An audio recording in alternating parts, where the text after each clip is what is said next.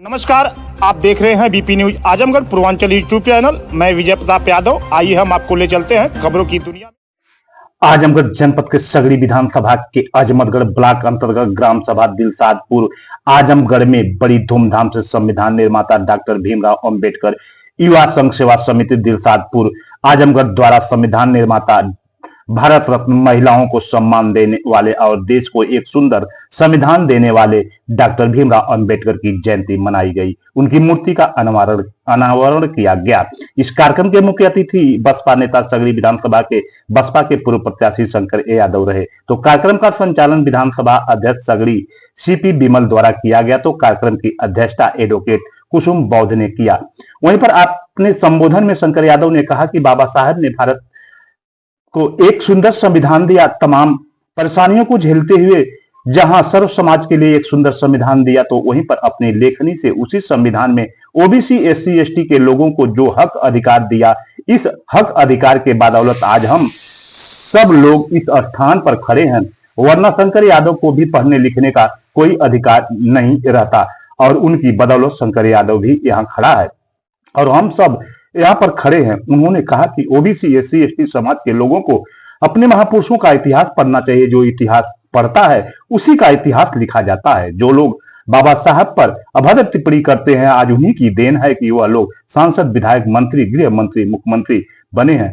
वर्तमान में भी कार्यक्रम में भी बने हैं। कार्यक्रम की शुरुआत संविधान निर्माता डॉक्टर भीमराव अंबेडकर की प्रतिमा पर माल्यार्पण कर कार्यक्रम का शुभारंभ किया गया। इस मौके पर डॉक्टर भीमराव अंबेडकर युवा समिति के अध्यक्ष सत्यम कुमार राव, जयकी कुमार राव, हरिश्चंद्र हनुमान, पंकज कुमार, डॉक्टर शशि राव, डॉक्टर सतीश कुमार, अनिल कुमार राव, गौतम राव, आदर्श राव, दिलीप राव, रोशन राव, अवनीश राव, आशीष कुमार, अभिषेक कुमार, विनीत राव, संदीप राव, इंजीनियर अंकित कुमार, नीतीश कुमार राव, राहुल राव, हिमांशु, अंशु, अजय दरोगा, अजय राव, अनूप राव, डॉक्टर अशोक राव, डॉक्टर अभिषेक, विशाल राव के साथ साथ क्षेत्र के तमाम गणमान्य व सम्मानित लोग मौजूद रहे। वहीं पर अंत में शंकर यादव ने लोगों को कहा कि अपने बाबा साहब के संविधान को पढ़ने की जरूरत है, अपने महापुरुषों के विचारों को सुनने और उनके बताए हुए रास्ते पर चलने की जरूरत है। धन्यवाद। सारे लोगों को एक जन को मैं बहुत ही आभार प्रकट करूंगा, धन्यवाद दूंगा जो आप लोगों ने आज बहुत बड़ा पुण्य काम किया। इससे बड़ा हो नहीं सकता। साथियों, इस मूर्ति का अनावरण कराया है, बड़ा ही त्याग और तपस्या के बाद हम लोगों को बुलाया है, बोलने का अधिकार मिला है, बाबा साहब के हाथों द्वारा मिला है। चाहे जो भी बढ़िया कपड़ा पहने हैं, बढ़िया गाड़ी से चल रहे हैं, वो सब बाबा साहब के हाथों से मिला है। नहीं तो आज शंकर यादव कहीं भैंस का चलते फिरता, लेकिन आज वो अधिकार हमें मिला है। तो जब बाबा साहब पढ़ रहे थे, आज जितनी घृणा है लोगों में, उससे कई हजार गुना घृणा उस समय थी। मानव ही आदमी ही इंसान को जानवर बना के रखा था। अब सोचो कि एक माँ के कोख से पैदा होने वाले आदमी के गले में घड़ा बांधा जाता था, कमर में झाड़ू बांधा जाता था, और एक माँ के कोख से पैदा होने वाला राजा बनता था। तो भीमराव पैदा हुए, तो कोई नहीं जानता था कि ये गरीब माँ पेट से पैदा होने वाला लाल इतना बड़ा डॉक्टर बन जाएगा, ये कोई नहीं जानता। पढ़ने नहीं दिया जाता था उनको।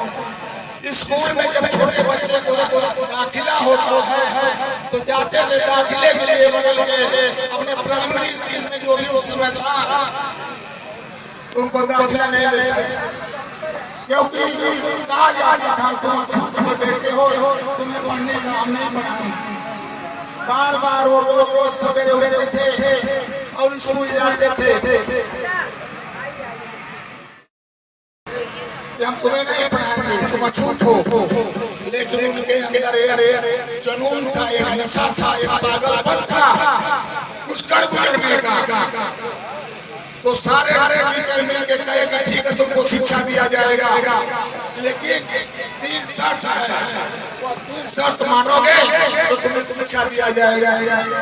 उन्होंने कहा ठीक है, आप बताइए क्या है, आपको क्या करना पड़ेगा। तो उन्होंने कहा कि पहला कि आप क्लास में नहीं बैठोगे, क्लास में नहीं बैठोगे। उन्होंने कहा ठीक है, क्लासरूम के बाहर बैठ जाएंगे।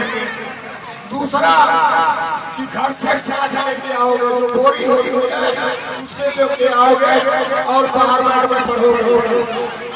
तीसरा कि तुम घड़े का पानी नहीं पियोगे, जिस घड़े में पानी रखा जाता था पीने के लिए उस पर मनाही थी तुम छुओगे नहीं, पियोगे नहीं। प्यास लगेगी तो मांगना, तो वहाँ खड़ा रहेगा चपरासी, अगर उसके मन में आएगा तो देगा, नहीं नहीं देगा। प्यासे ही अंबेडकर जी घर चले जाते थे, लेकिन एक जुनून था उनको कर गुजरना। पढ़ते इतना ब्रिलियंट थे, उतना तेज थे कि अपनी पढ़ाई के बल पर मैं उस राजा को प्रणाम करूंगा, श्रद्धा सुमन करूंगा, प्रणाम करूंगा जिसने साहू जी महाराज ने अंबेडकर जी को पढ़ने के लिए लंदन भेजा। उस समय कोई प्रतिबंध नहीं था साथियों। लंदन से वो ऐसी डिग्रियां प्राप्त की, फिर कोलंबिया यूनिवर्सिटी को टॉप किया उन्होंने।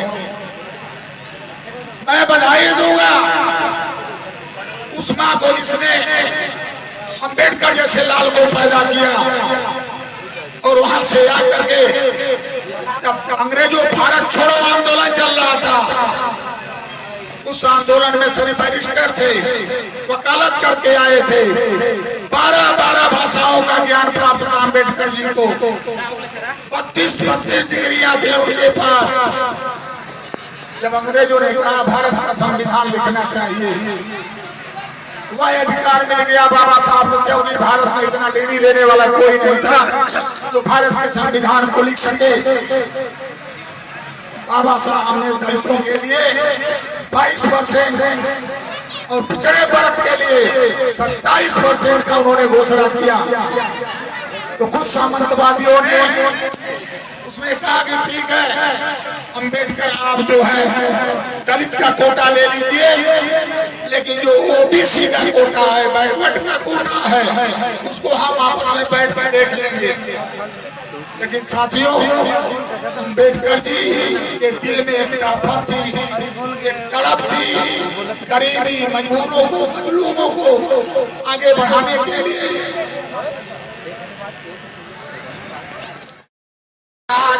कोख का ऑपरेशन कर दिया।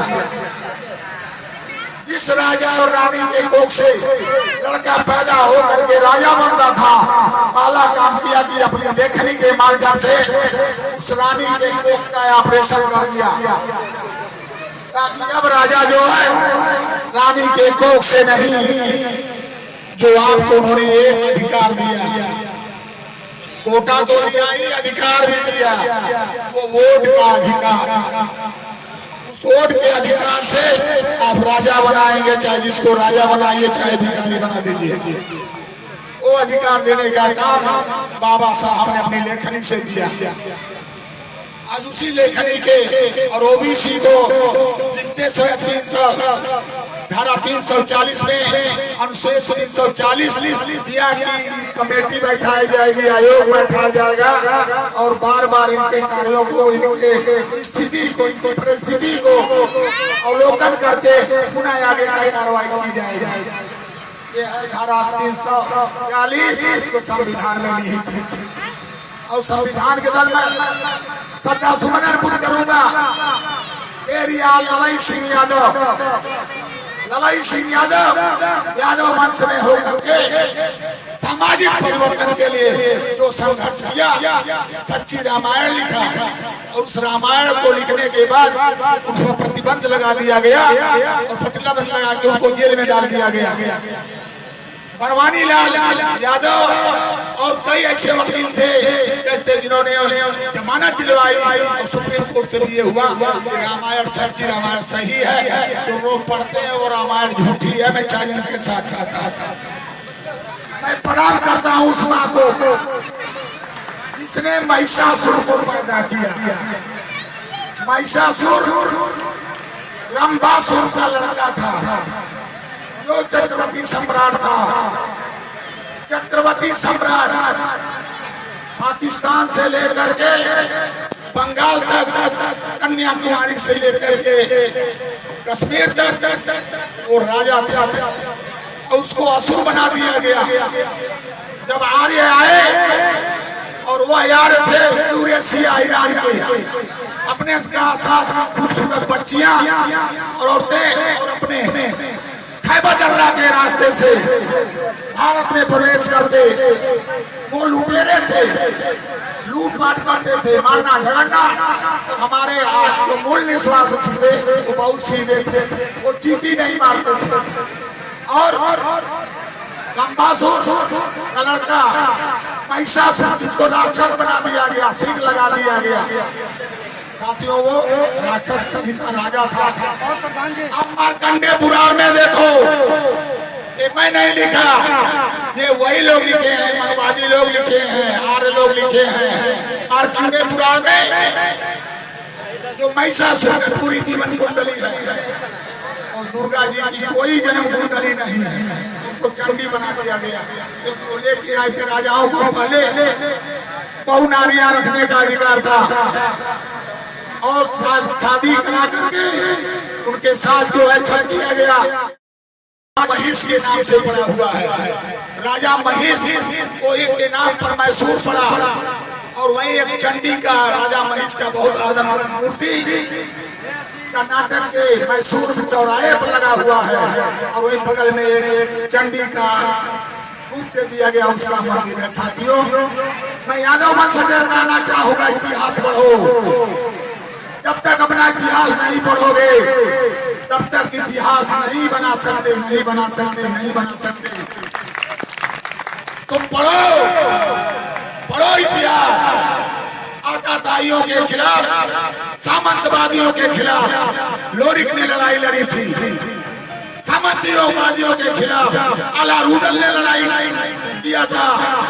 उनको कह दिया कि तो औरतों के लिए लड़ाई लड़ाई करेंगे। हम यही नहीं जाते हैं, लेकिन मैं पूछना चाहता हूँ, राम ने किस राजा के ऊपर आक्रमण किया था? राजा ने किस राजा के ऊपर आक्रमण किया था? राम ने। उन्होंने भी तो औरत की लड़ाई लड़ी है, औरत के ही लिए तो लड़ाई लड़ी थी। महाभारत कैसे हुआ था? महाभारत के भी पृष्ठभूमि में नारी है। अगर रामायण की भूमिका में नारी है तो महाभारत में भी नारी है। और सामंतवादियों के खिलाफ लड़ने वाले वीर लोरिक अलारुद्दीन के इतिहास में भी नारी है। साथियों इतिहास पढ़ो, लड़ाई सिंह यादव का इतिहास पढ़ो, अपना इतिहास पढ़ो।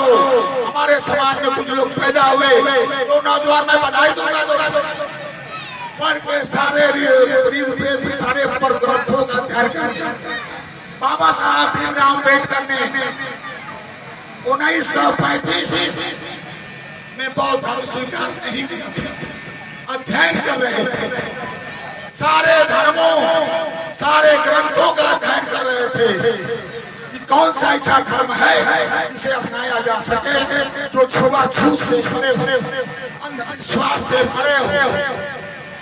35 से उन्होंने शुरू किया और 1956 में जाकर उनको लगा जिस तरह से भगवान बुद्ध ने सभी मठों पर, सभी धर्मों के अनुयायियों के साथ तपस्या किया, लेकिन मिला कुछ नहीं।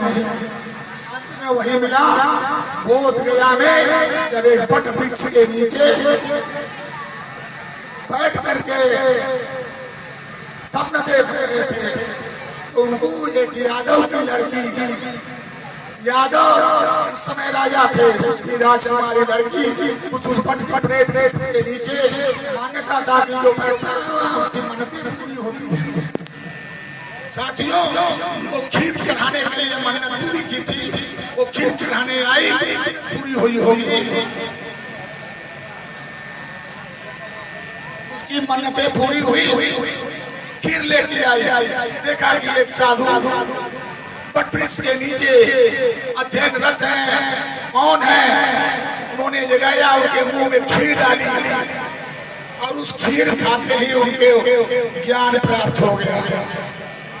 उन्होंने भी सारे अध्ययन करने के बाद जब खीर खाया तब उन्होंने अध्ययन किया। उन्होंने कहा बुद्धां शरणं गच्छामि, यानी बुद्ध की शरण में जाओ। कोई देवी देवता भगवान नहीं है, मैं भी भगवान नहीं हूँ, मैं तुम्हें सच्चे रास्ते पर चलने के लिए रास्ता बता सकता हूँ। मध्यम मार्ग। उन्होंने कहा जियो और जीने दो, जियो और जीने दो, तुम भी जियो, जियो को भी जीने दो। धम्मं शरणं गच्छामि, धम्म के रास्ते पर रहो। संगम माने संगठन में रहो, संगठित रहो। चार भाई आपस में लड़ोगे तो पांचवा तुम्हारा मजा ले लेगा, तुमको चारों को परास्त कर देगा अकेले। तो साथियों, उन्होंने कहा दुख है, लेकिन दुख का कारण भी है। अगर दुख का कारण है तो दुख का निवारण भी है। जब बीमारी का पता चल जाए तो इलाज है, जब इलाज हो जाएगा तो आप अच्छे हो जाओगे। तो मैं आप सभी से कहना चाहूंगा कि बाबा साहब कठिन तपस्या के बाद 1935 से जाते जाते हिंदू धर्म को पढ़ा, पारसी धर्म को पढ़ा, सिख धर्म पढ़ा, इस्लाम को पढ़ा। सब पढ़ने के बाद बाबा साहब ने 1956 में बौद्ध धर्म स्वीकार किया। बौद्ध धर्म स्वीकार किया। बौद्ध धर्म ही एक ऐसा है जहाँ छुआछूत नहीं है, सब लोग बराबर हैं। कोई राजा नहीं, कोई रानी नहीं, कोई फकीर नहीं, कोई कुछ नहीं, माने कोई, सब लोग बराबर हैं। सब भगवान के चाहे सृष्टि के बंदे हैं। सृष्टि सबको समान रूप से पैदा करती है। हमारा भाई पहले का सोच था, ये सोचता था कि मैं उस जन्म का बिगाड़ा हूँ कि मैं दलित के घर में पैदा हो गया या भिखारी के घर में पैदा हो गया। लेकिन नहीं साथियों, सृष्टि जो है सबको बजान समान पैदा करती है। ऐसा नहीं है कि वो प्रकृति बनाया है नदी, नदी में ऐसा नहीं है कि शंकर यादव जाए, पंडित जी जाए तो फफा जाए और दलित समाज का कोई जाए तो ठिकरा फूट जाए। ऐसा है कि नहीं? नहीं ना है। लेकिन बना दिया गया, कुआं इंसान बनाता था हमको पानी पीने की, लेकिन जब बन के तैयार होता था तो नदी से पानी लगे छिड़क आ जाता था कि आए दलित के समाज के लोगों, कुएं वो मत चढ़ना, कुआं हमारा है। तब इतना ऊपर से पानी गिराया जाता। तो साथियों, मनुष्य जब बर्तन छूता था तो उसको घर में से बाहर निकाल दिया जाता था जब कुत्ता छूता था तो। लेकिन एक इंसान जब बर्तन छूता था तो उसको निकाल करके बाहर रख दिया जाता था, वो साड़े पर मड़ई पर। दलित ने छू दिया, माने कुत्ता से भी बदतर दलित थे। हम लोगों का दूध दही खाते थे, इसलिए हम लोगों को जमीन पर बैठने का अधिकार थोड़ा दिए थे। मलाई तो हम देते थे खाने के लिए। साथियों, आपसे बता दूं कि जो बाबा साहब ने हमें दे दिया वो असली भगवान वही हमारे असली भगवान है, बाकी कोई नहीं भगवान है। अगर दूसरा कोई भगवान है तो माता पिता जिन्हें हमें पैदा करके इस जमीन पे भेजा वो माता पिता ही हैं। जैसे कबीर ने कहा, गुरु गोविंद दो खड़े काको लागो पाए, कुल बलिहारे आपड़ो गोविंद दियो बताए। वह गुरु भी माँ है, वो गोविंद पिता है, माँ ने बताया कि ये पिता तुम्हारे हैं और पिता ने कहा ये बेटा हमारा है। बाकी चैलेंज है, कोई नहीं कर सकता। अगर माँ के गोद से बेटा पैदा हुआ है तो बता दे बेटा कि हम किस बाप के बेटे हैं, किस जात के बेटे हैं। वो दलित माँ के गोद में डाल दीजिए, देखिए वो बच्चा दूध पीता है कि नहीं पीता है। आप अपना खून हमारा खून सब निकाल के रख दीजिए। तो पंडित जी से कहिए अपना ब्लड ले लो, सारे समाज से कहिए अपना अपना ब्लड ले जाओ। कोई ले जाएगा? नहीं ले जाएगा। देखिए प्राकृतिक है, प्रकृति बहुत सबसे महान प्रकृति है। ये पत्थर में मूर्ति हमारा भाई बनाया है, छीनी से काट सीमेंट कंक्रीट को मिला करके अच्छी से अच्छी मूर्तियां तैयार कर देता है। लेकिन उस मूर्ति से मिलता कुछ नहीं मिलने वाला है। और शिक्षा जो हमारे भगवान अम्बेडकर जी ने तो हमको दे दिया, उससे हर चीज मिल रहा है। उसी शिक्षा से आपके बीच में हम बोल रहे हैं। उसी शिक्षा पे, उसी संविधान के तहत भैंस चराने वालों को मुख्यमंत्री का पद मिल गया।